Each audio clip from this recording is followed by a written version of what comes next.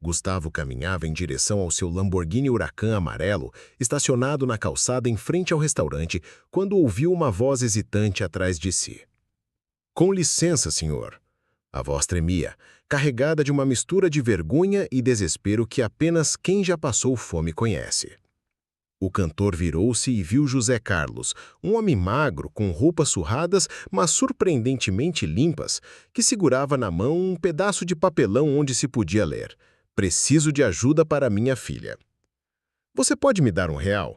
Minha filha está morrendo de fome debaixo da ponte aqui perto", disse José Carlos, baixando os olhos para o chão, como se as palavras queimassem ao sair de sua boca.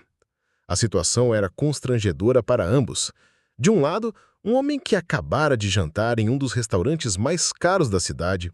Do outro, um pai desesperado que não comia há 2 dias para que sua filha de 8 anos, Maria Clara, pudesse ao menos tomar um copo de leite. Gustavo Lima parou completamente. O barulho do trânsito da rua Oscar Freire parecia ter diminuído naquele momento. O cantor, que cresceu em Presidente Olegário, uma pequena cidade do interior de Minas Gerais, conhecia bem o que era a necessidade.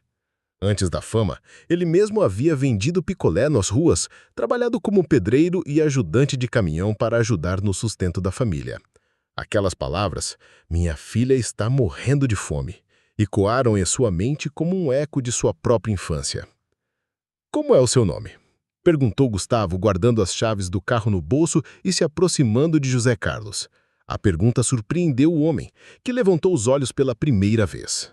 "José Carlos, senhor. José Carlos Santos."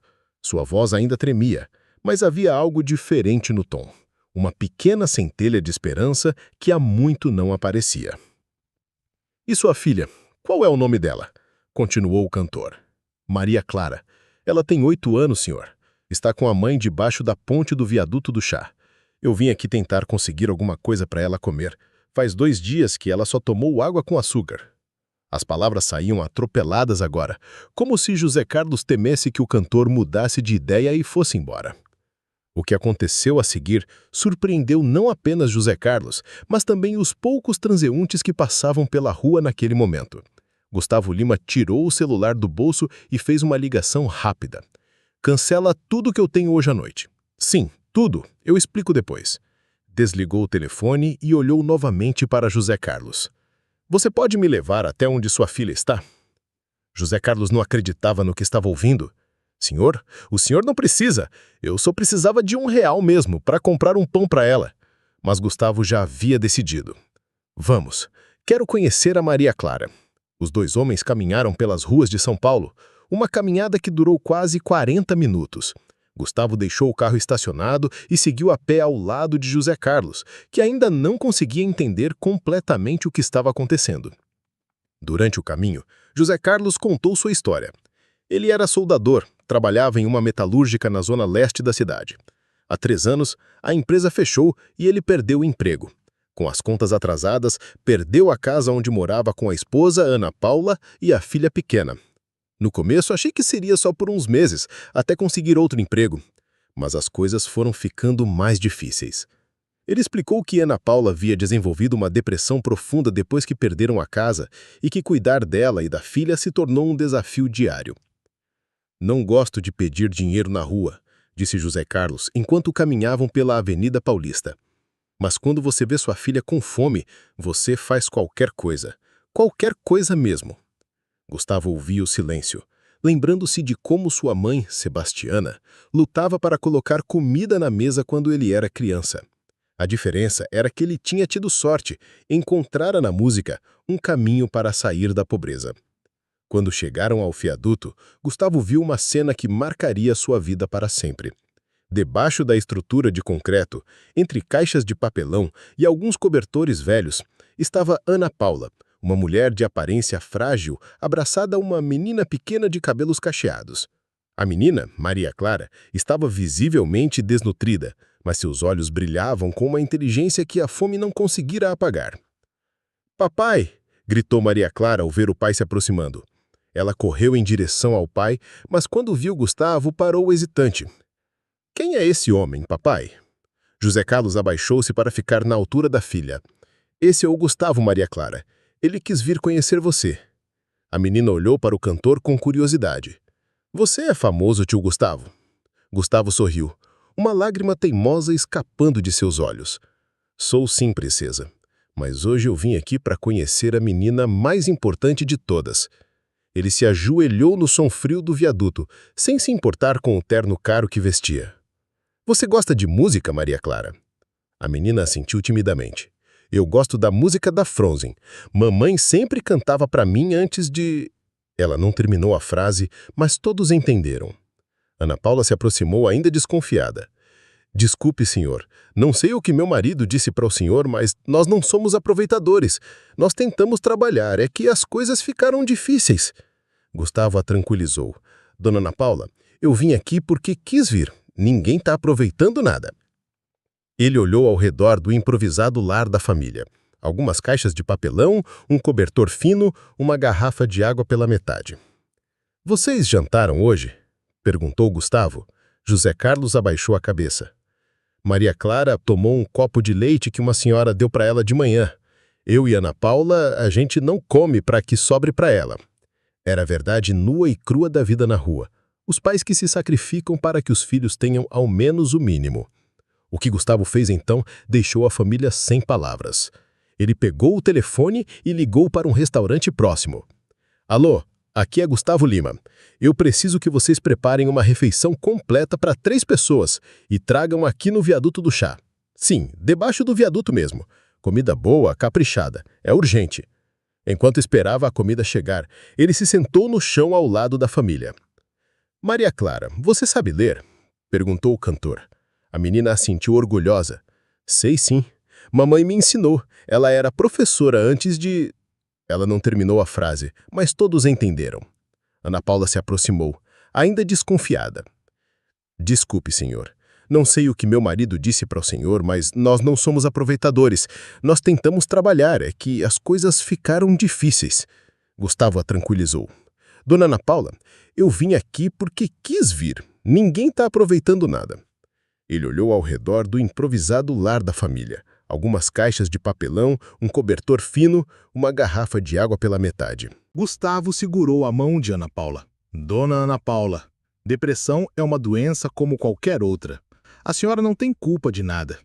Ele então perguntou a José Carlos sobre sua profissão. Sou soldador, senhor. Trabalhei 15 anos na mesma empresa. Quando fechou, tentei arrumar outro emprego, mas sem endereço fixo fica difícil. E agora, com 3 anos na rua, parece que as pessoas olham para mim como se eu fosse um criminoso.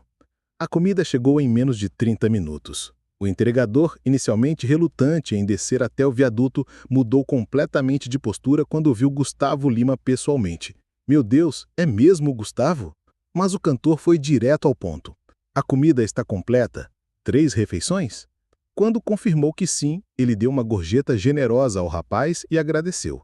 Maria Clara nunca havia visto tanta comida junta. Seus olhos brilharam quando viu o prato de frango com batatas, o arroz, a salada colorida. Posso comer tudo isso, tio Gustavo? Ele sorriu. Claro, princesa. Come devagar para não fazer mal para a barriguinha. Enquanto a família comia, Gustavo fazia planos em sua mente.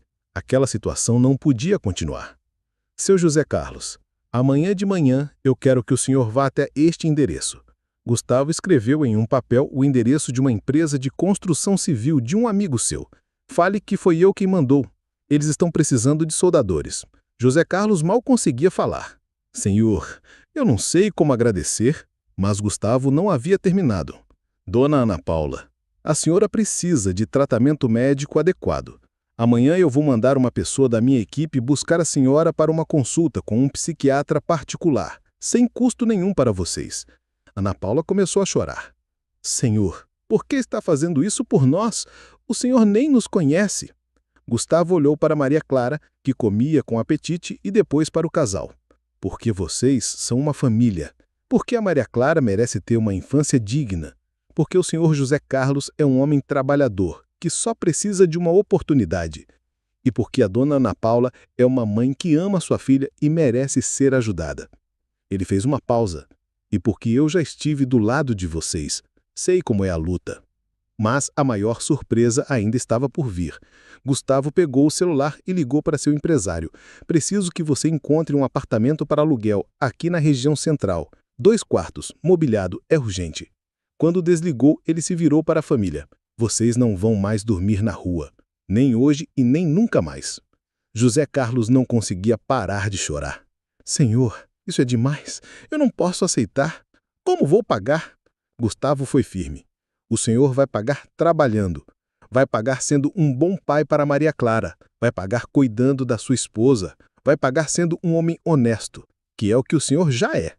Maria Clara, que havia terminado de comer, se aproximou de Gustavo. Tio Gustavo, você é um anjo? A pergunta inocente da menina tocou o coração do cantor. Não, princesa. Eu sou apenas uma pessoa que teve sorte na vida e agora quer dividir essa sorte com vocês. Ela abraçou o cantor com força. Obrigada por ajudar meu papai e minha mamãe. Em 2 horas, o empresário de Gustavo havia encontrado um apartamento na região da Liberdade, pequeno, mas limpo e mobiliado. Gustavo pagou 3 meses de aluguel adiantado e ainda deixou dinheiro para as primeiras compras de casa. Amanhã vocês vão para casa nova, disse ele. E José Carlos, na segunda-feira o senhor começa a trabalhar. Enquanto a família arrumava seus poucos pertences, Gustavo fez mais uma ligação, desta vez para uma escola particular próxima ao novo endereço da família. Alô, aqui é Gustavo Lima. Eu gostaria de matricular uma menina na escola de vocês, Maria Clara Santos. Sim, eu assumo todas as despesas. Quando Ana Paula soube disso, ela desabou em lágrimas. Minha filha vai poder estudar de novo. A história do encontro entre Gustavo Lima e a família Santos rapidamente se espalhou pelas redes sociais. Alguém havia filmado parte da conversa e postado na internet. Em poucas horas, o vídeo tinha milhões de visualizações. Mas, ao contrário do que muitos esperavam, Gustavo não fez nenhum post promocional sobre o que havia acontecido. Ele manteve discrição total sobre a situação. 3 meses depois, José Carlos estava empregado e Ana Paula havia começado um tratamento para a depressão que estava dando excelentes resultados. Maria Clara, matriculada na escola nova, havia se tornado uma das melhores alunas da turma. Eu quero ser cantora como o tio Gustavo. Ele me ensinou que a música pode mudar a vida das pessoas. A transformação da família Santos foi completa. José Carlos, que agora tinha endereço fixo e emprego estável, conseguiu recuperar sua autoestima. Eu nunca mais me esqueci daquela noite. Não foi apenas o dinheiro ou a casa, foi a forma como ele nos tratou com dignidade, com respeito. Ele não nos olhou como se fôssemos menos que ele. Ana Paula, com um tratamento adequado, conseguiu voltar a dar aulas. Ela começou como professora particular e depois conseguiu uma vaga em uma escola municipal. Gustavo me deu mais que uma casa, ela diz. Ela me deu esperança, me fez lembrar que eu era capaz de ser útil de novo. Ela começou a trabalhar com crianças em situação de vulnerabilidade social, inspirada pela experiência que viveu. Maria Clara, agora com 9 anos, é uma menina alegre e inteligente. Ela mantém contato com Gustavo, que se tornou uma espécie de padrinho para ela. Tio Gustavo sempre me diz que eu posso ser qualquer coisa que eu quiser. Ele diz que o importante é nunca desistir dos sonhos. A menina aprendeu a tocar violão e sonha em ser cantora. A atitude de Gustavo Lima naquela noite não foi um caso isolado. Discretamente, ele começou a ajudar outras famílias em situação similar. Criou um projeto social que oferece capacitação profissional, tratamento médico e moradia temporária para famílias em situação de rua. Cada pessoa que conseguimos tirar da rua é uma vitória, ele diz. O cantor nunca quis publicidade pelo que fez. Ajudar não é marketing, ele costuma dizer. É obrigação de quem pode ajudar. Gustavo entendeu naquela noite que sua fama e sucesso financeiro tinham um propósito maior que simplesmente enriquecer. Eles eram ferramentas para transformar vidas. José Carlos Santos hoje é supervisor de soldagem na empresa onde trabalha. Ele nunca esqueceu a lição que aprendeu naquela noite. Às vezes, tudo o que uma pessoa precisa é de uma oportunidade e de alguém que acredite nela. Ele se tornou uma voz ativa na luta pelos direitos dos moradores em situação de rua e frequentemente conta sua história para inspirar outras pessoas. A família Santos representa milhares de famílias brasileiras que, por circunstâncias diversas, acabaram em situação de rua. A diferença é que eles tiveram a sorte de cruzar com alguém que escolheu estender a mão ao invés de desviar o olhar. Gustavo não nos deu apenas dinheiro, reflete José Carlos. Ele nos deu dignidade de volta. Um ano após o encontro que mudou suas vidas, a família Santos convidou Gustavo para o aniversário de 9 anos de Maria Clara. A festa foi simples, no pequeno apartamento da Liberdade, mas foi uma das celebrações mais emocionantes da vida do cantor. Ver a Maria Clara soprando as velhinhas, feliz, bem alimentada, frequentando a escola, isso vale mais que qualquer prêmio que eu já ganhei, disse Gustavo. A história do encontro entre Gustavo Lima e José Carlos Santos se tornou um exemplo de como pequenos gestos podem ter impactos gigantescos. Aquele pedido de R$ 1 se transformou em uma nova vida para uma família inteira. E a resposta chocante de Gustavo não foi dar o dinheiro pedido, foi muito além disso. Foi dar esperança, dignidade e um futuro. Sempre digo que Deus coloca pessoas no nosso caminho por alguma razão, costuma dizer Gustavo. Naquela noite, não foi coincidência eu ter saído daquele restaurante naquela hora. Era para eu conhecer a família Santos. Era para eu aprender que a verdadeira riqueza não está no que você tem, mas no que você pode fazer pelos outros. Hoje, Maria Clara Santos tem uma foto com Gustavo Lima na cabeceira de sua cama. Não é uma foto de fã com o ídolo, mas de uma filha com o seu padrinho. Uma lembrança daquela noite que mudou tudo quando um homem escolheu ver além da aparência e enxergar o ser humano por trás da necessidade. Uma noite que provou que, às vezes, tudo o que precisamos é de alguém que acredite que merecemos uma segunda chance.